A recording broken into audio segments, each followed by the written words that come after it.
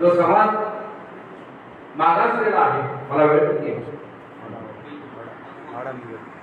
कारण कसं आहे, वेळेचं भान सगळ्यांनाच असायला पाहिजे आणि वेळ खूप महत्वाचा असतो आणि जास्त वेळ कोणाचा घ्यायचा म्हणाला त्याची किलबिलाट त्या आपल्या डोक्यामध्ये येत असते आणि समोरच्या माणसाची जी किलबिलाट असते ते बघून बोलणारा जो बघताय त्याची किलबिलाट दुसरीच असते. म्हणून त्याचा वेळ सुद्धा हा महत्वाचा असतो, ते सुद्धा आपण जपून घ्यायला पाहिजे. मित्रांनो, मला खरंच अभिमान वाटतो की तंजिरी यांचा माझा हा दुसरा कार्यक्रम. पूर्वी मी नांदेडला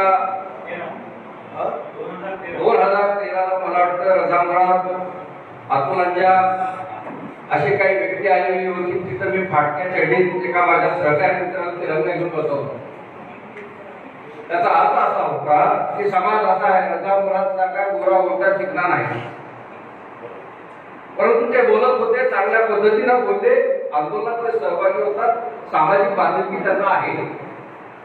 म्हणून अशी लोक तुमच्या आमच्या सोबत काम करतात. त्याला आपला एक मावळा म्हणजे ही छोटी गोष्ट आहे. तालुक्यातल्या विविध चौकात तुम्ही लोक जमा केली. आता मला म्हणजे माझ्या मनामध्ये एक वेगळ्या प्रकारचं न्यूनगंड तयार झालेला आहे. मराठी कळते का? म्हणजे सगळे आपले लोक. तिथं मी मराठीत भाषण सुरू केलं. माझ्यासोबत आमच्या समितीचे अध्यक्ष अजित पठाण होते.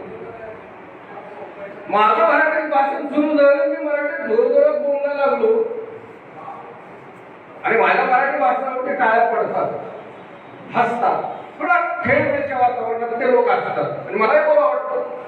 पण तिथं बोलत असताना सगळ्या माझ्या डोक्यावर आवाज उठून बोलतो. मी घाबरलो आणि मी थोडंफार बोलत होते की माझं कुठेतरी चुकतंय का, म्हणजे कुणाच्या टाळ्या पडत नाही, कुणी काही बोलत नाही, काय प्रॉब्लेम काय नाही. मराठी समजते गई म्हैस पाणी. तर असं होऊ नये. महाराष्ट्रातला ग्रामीण मधला जो मुसलमान आहे, तो मराठी भाषिक मुसलमान आहे, त्याला मराठी कळते, त्याला बोलता पण आणि आपली गोष्टी थोडीफार त्याची झाली. तू मराठीत काल होतो त्याचे कारण सांगतो. ऍडमिनिस्ट्रेशन मध्ये वकील म्हणजे तुम्हाला प्रोफेसर म्हणजे अशी माणसं त्या ऍडमिनिस्ट्रेशन मध्ये जात असतात. आणि काही लोकांना काय असतं, आम्ही बोलायला जातो ते समजतात दुसरं. असाच प्रकार मला नाही करता. मी माझ्या सोशल मीडियाला एक पोस्ट टाकली, 5% भेदभावाचं आरक्षणाची मागणी हे राजनेत्यांची असू शकते, मुस्लिम समाजाची नाही. काय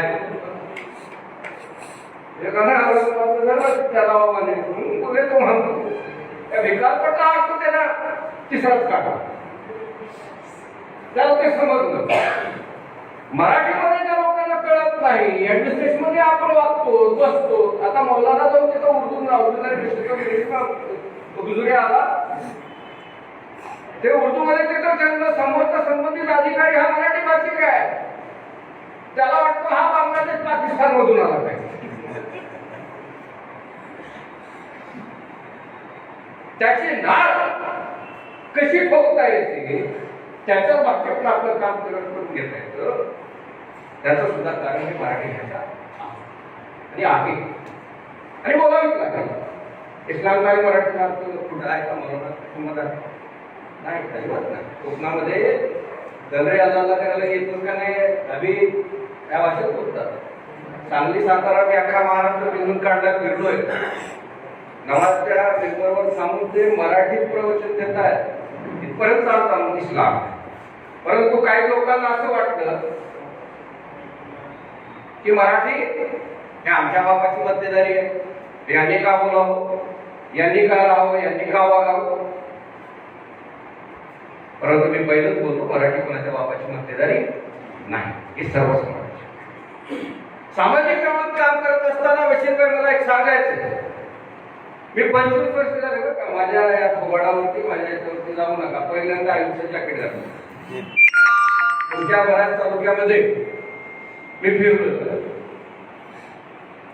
कारण या समाजाची जी व्यवस्था आहे, या समाजामध्ये ज्या समस्या आहेत त्याचं निवारण कशा पद्धतीनं करता येईल तर हे मी त्याचा गाढा अभ्यास केलेला आहे. मला फक्त ते पुस्तकं लिहिताना तेवढा वेळ आलेला नाही, म्हणजे मला तेवढा वेळ मिळाला नाही पत्रकार. आणि बशीरबाईंनी तर सगळ्यात चांगलं काम जर काय केलेलं असेल, म्हणजे मला माहिती आहे सामाजिक चळवळीत काम करत असताना ती बांधणी खूप आवश्यक असते. एका बाजूला पत्रकार, एका बाजूला वकील, डॉक्टर, म्हणजे ज्या क्षेत्रात आपण वापरतो, जिथं गरज असते त्या क्षेत्रातल्या माणसांना आपलं जवळ करून या समाजाच्या समस्या कसं सोडवता येतात त्याच्याकडे खूप चांगल्या पद्धतीनं काम बशीरबाई आणि तुमच्या सहकार्याने केलं. आपण सर्वांच्या मनापासून आभार. मी सामाजिक चळवळीत फिरलो. माझा मुद्दा, माझा विषय वेगळा आहे. मी एखाद्या विषयावर एक तास बोलू शकतो, मला माझा आवडतीचा विषयच आहे शिक्षण आरक्षण चळवळ, जे राज्यव्यापी आंदोलन आम्ही चालवलं, ज्याची बांधणी केली.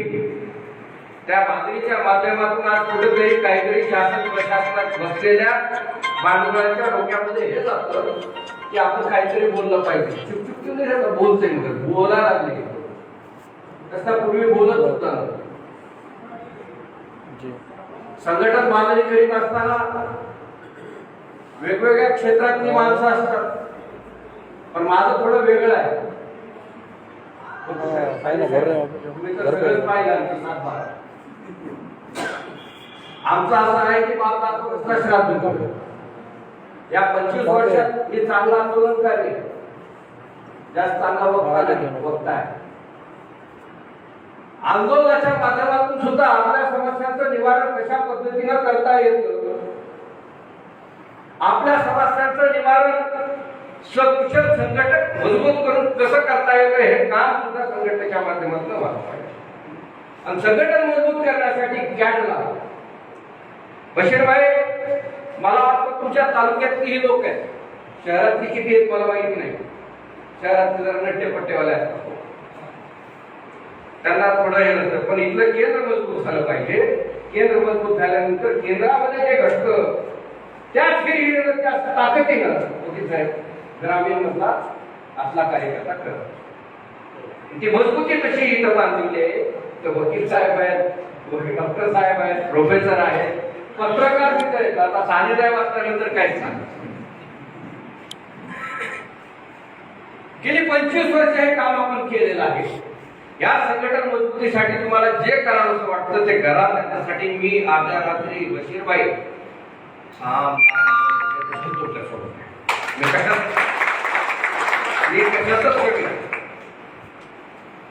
ज्यावेळेस आरक्षणाचा लढा त्यांनी म्हणले काहीतरी तुमच्या आंदोलनातली काहीतरी तुम्ही हे ठेवा. मुलांना काय खूप विचित्र घडलेला माझा 25 वर्षाचा प्रवास. मला 2 जावेत बरं का, हा वाटत मला म्हणजे प्रदेशवर काम करता कामामध्ये करा नाही रे बाबा. किती दिवस सांगण्याचं तात्पर्य आहे. आणि हे सांगू काय गौरव बंद हे असं राहण्याचं फिटनेस. माझ्यासोबत एक युवक आहे, दाव, खूप चांगला स्कॉलर आहे. मोठं बोलत नाही बशीरबाई, तुमच्या कामाचाच माणूस आहे, बोलून घेतो. किमान महाराष्ट्रामध्ये युवकांची खूप मोठी फळी जोडून तो काम करतो. तो त्याचा अजेंडा, त्याचा विषय वेगळा, त्याबद्दल आपण चर्चा करू. पण सामाजिक चळवळीत काम करत असताना युवकांमध्ये जे सध्या वातावरण निर्माण आहे, न्यूनगंड तयार होत आहे, क्या होत आहे, क्या होत आहे, काय होत आहे, असं त्यांच्या मनामध्ये जे प्रश्न निर्माण होतात ते प्रतिमेचा या मंचाकडे पाहतो. कारण खूप कमी वेळेमध्ये ते मोठी बांधणी त्यांनी केली आहे. आणि आताचा काळ विचित्र आहे. 2014च्या नंतर सामाजिक चळवळी संपून टाकतात. माझ्यासारखा चळवळीचा दलिंदर माणूस सुद्धा बाहेर पडला. त्याला मला वाटायचं की सामाजिक चळवळीत काम करत असताना माझ्यासारख्याचं कोणी ऐकणार नाही. कोणत्या तरी पक्षाचा कुठला तरी भिकार तो विंगचा अध्यक्ष असतो, त्याला साहेब बसून चहा पाजतो, त्याच्या गाडीखाली मखमली गाडी ठेवतो. परंतु रात्रंदिवस तुम्ही आम्ही झटून तुमच्यासाठी आमच्यासाठी तुम्ही काय काय केलेले आता सांगितले. रक्तदान शिबिर असतील, कोरोना योद्धा पुरस्कार असतील, ज्या ज्या लोकांची तुम्ही पाठ ठोकून तुम्ही पुढे आणतात त्याचं ते साहेब काय त्याला बाप कोण, त्याला राज्य करतात. राज्य करता तुम्ही त्यात तुम्ही म्हणलं आपल्याला माझ्यासोबत राहिलेला बुकराबादचा असेल इथं आलेले मुखेडचे काही असतील सरकारी यांनी सुद्धा काम केलं. तशा काळामध्ये सुद्धा मजबूतीनं काम संजय मेन साहेब होतं आणि ते संघटन नांदेड जिल्ह्यामध्ये मजबूत वाटतंय. याचा खरंच मला साथ अभिमान वाटतो आणि अभिमान असतो. कार्यकर्ता सामाजिक चळवळीचा जोखणी असते तो जसं तुम्ही चार काय म्हणतात चार कुठं राहिलो लागवा मारला काय होतं ते चार पिलर आहेत म्हणे आधार सुद्धा एक गळून पडला खरं सांगू आधार तो सामाजिक चळवळीतला तो योद्धा असतो तो कार्यकर्ता असतो तो अंकुश ठेवण्याचं काम ह्या पाठबळावर करत असतो. ती सुद्धा मजबूत विकास तुमच्या हातामध्ये आलीच पाहिजे. सामाजिक चळवळीत काम करत होतो साहेब शिक्षण आरक्षण संरक्षण या वाक्याखाली आम्ही महाराष्ट्रामध्ये मुस्लिम आरक्षणाची चळवळ मोठी केली. राज्यभरात आंदोलन सुरू केले. डॉक्टर महमूदुर रहमान बिचारे अल्लाह उनको मगफिरत करे ते त्यांना नाशिकमध्ये हे बरं मुस्लिम समाजाच्या आरक्षणाचा शिक्षणाचा संरक्षणाचा जो अभ्यास होता Ranganath Mishra commission Sachar commission doctor Mahmudur Rahman commission यांनी जे मांडलेलं आहे ते त्यांचा तुझा आधार घेऊन 15 सूत्री कार्यक्रम जे तुम्ही कार्यक्रम आणला त्याबद्दलचा कार्यक्रमाचा आढावा जे काही असेल ते तुम्ही आणण्याचा त्यांनी प्रयत्न केलेला होता. पण त्याच्यावरती शासन प्रशासन काही दखल केलं नाही. हे काम कोणत्या राजकीय पुढाऱ्याचं होत नाही. हे कामच सामाजिक चळवळीतल्या लोकांमध्ये असतं आणि ते काम तुम्ही करावं असं आहे मला. कारण काय झालं ते रिपोर्ट आले माझी एक कविता आहे. मी एक रिपोर्ट बनवला साली साहेब रंगनाथ मिश्र कमिशन सच्चर कमिशन त्यानंतर कोणता होतं डॉक्टर महमूदुर रहमान कमिशन अल्ताबाई त्याच्यानंतर माझं एक कमिशन मी बनवलं. मी थोडा कवी पण आहे संपादक पण आहे. साहित्य कविता पण हिंदीत नाही शायरी तुम्ही बोलली होती मी माझं एक कमिशन होते सर. ते कमिशन असं आहे म्हणजे मुस्लिमांच्या सामाजिक शैक्षणिक औद्योगिक सगळ्या क्षेत्रातला सार आहे त्याच्यामध्ये. आणि मी 50 काय म्हणतात त्याला 5 असं पुस्तक लिहिलेलं नाही. फक्त 5 मिनिटाची कविता 5 मिनिट लिहिली ती कविता अशी आहे सारी साहेब ती कविता अशी आहे कपड़े फटे तक फिरने वाला कपड़े फटे तक फिरने वाला कौम का नेता मीच करते. आमच्या नेत्यांची आमच्या व्यवस्थेची त्यांची अवस्था कपड़े फटे तक फिरने वाला कौम का नेता मीच करते. पैसे लेके वोटिंग करने वाली वोट बैंक भी मीच करते. होता कि नहीं. कपड़े फटे तक फिरने वाला कौम का नेता मीच करते. पैसे लेके वोटिंग करने वाली वोट बैंक में मीच करते. पानपट्टी भंगार मौसकाट बरोबर शक्कर का कारखाना पानपट्टी भंगार मौत का गाड़ा लगाने वाला भी मीच करते. देश की तरक्की में रुकावट दूसरे चला पकड़ा जाता मीच करते.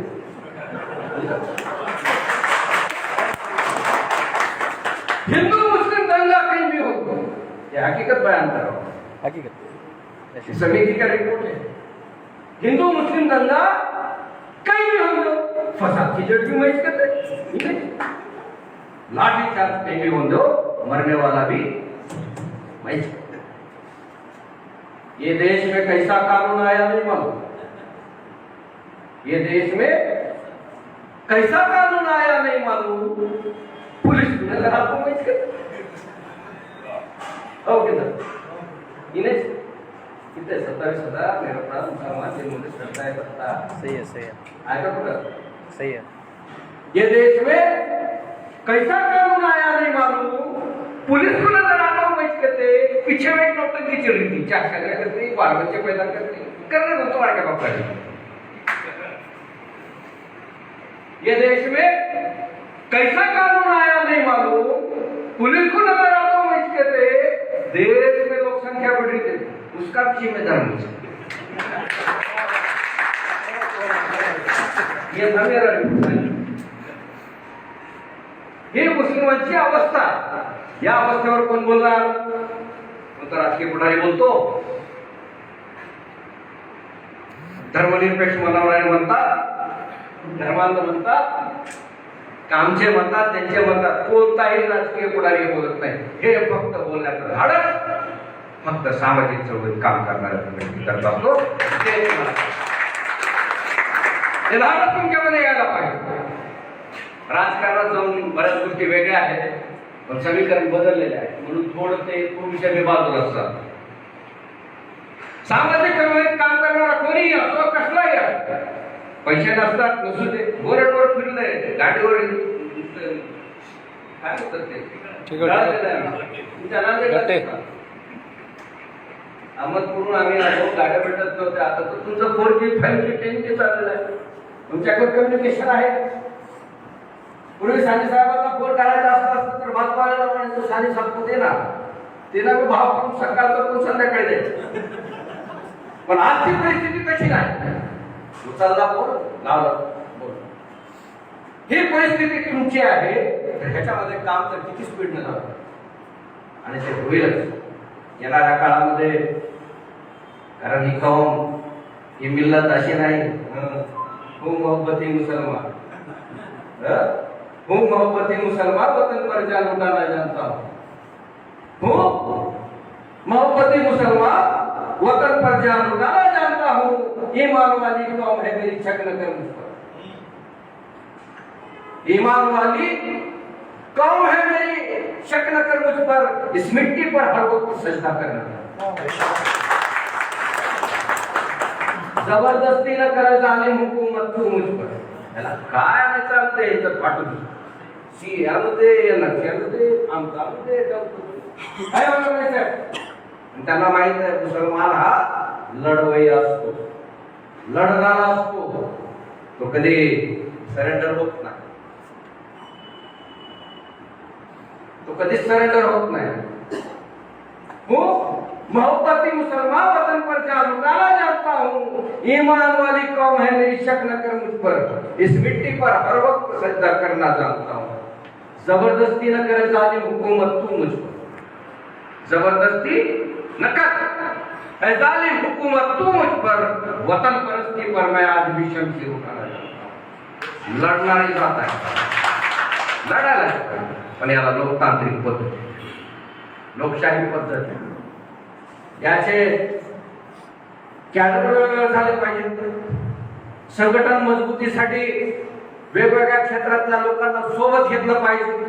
मला माहित नाही तो कोणत्या पक्षाचा आहे, कुठला आहे, आता त्यांचा काय नाव चव्हाण बोल की आमच्यामध्ये सगळ्यांचं गट सगळं बाजूला सारू, समाजाच्या उन्नतीसाठी, समाजाच्या प्रश्नांसाठी कसं झटता येतं, लढता येतं, यासाठीचा समाजातल्या विशेष म्हणजे जे क्रीम बंद असतात ना, कोणते नट्टापट्टा करून फिरणारे संडेच्या पप्पा असतील, जुम्माचे बाबा असतील, यांनी सुद्धा रस्त्यावर यायला पाहिजे. त्यांना सुद्धा सोबत घेऊन एक मोठी चळवळ, एक मोठा आव्हान करावं लागेल.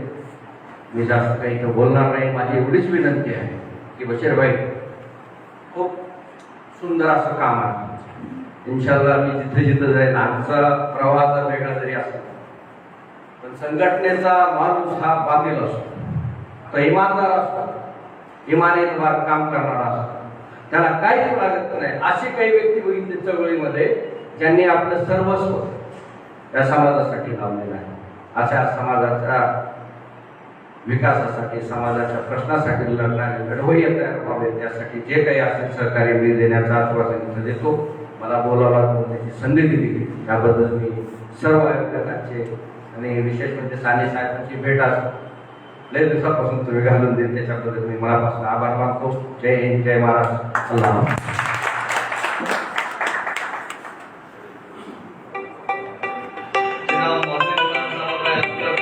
शुक्रिया दिल में उम्मीद भी रखता हूँ कि इंशाअल्लाह न सिर्फ मुस्लिम कौम बल्कि इस देश में रहने वाली हर वो माइनॉरिटी कौम जो दबी कुचली जा रही है, एक वक्त जरूर आएगा जब वो अपनी मेहनत से अपना एक मुकाम पैदा करेगी इंशाअल्लाह।